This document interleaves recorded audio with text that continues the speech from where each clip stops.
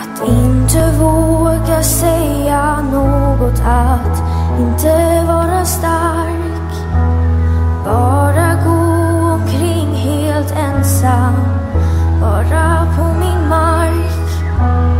Aldrig vågat ställa mig upp och visa vem jag är.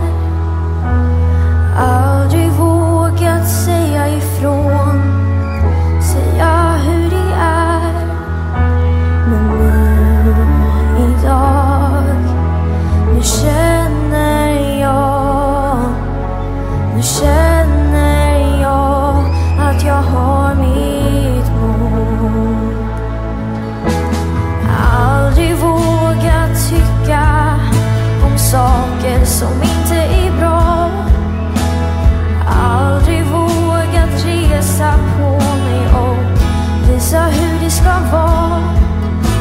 Att inte våga göra något är inte den jag vill vara.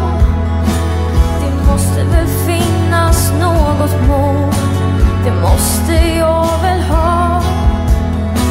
För nu, idag, nu känner jag att jag har mitt mod. För nu, idag, nu känner jag att jag har mitt mod. Nu vill jag skrika vad jag vill. Nu vill jag hoppa av glädjen som är min. Jag är inte den tjejen som inte vågar säga något.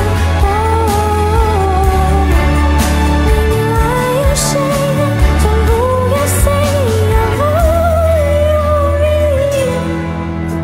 För nu, idag, nu känner jag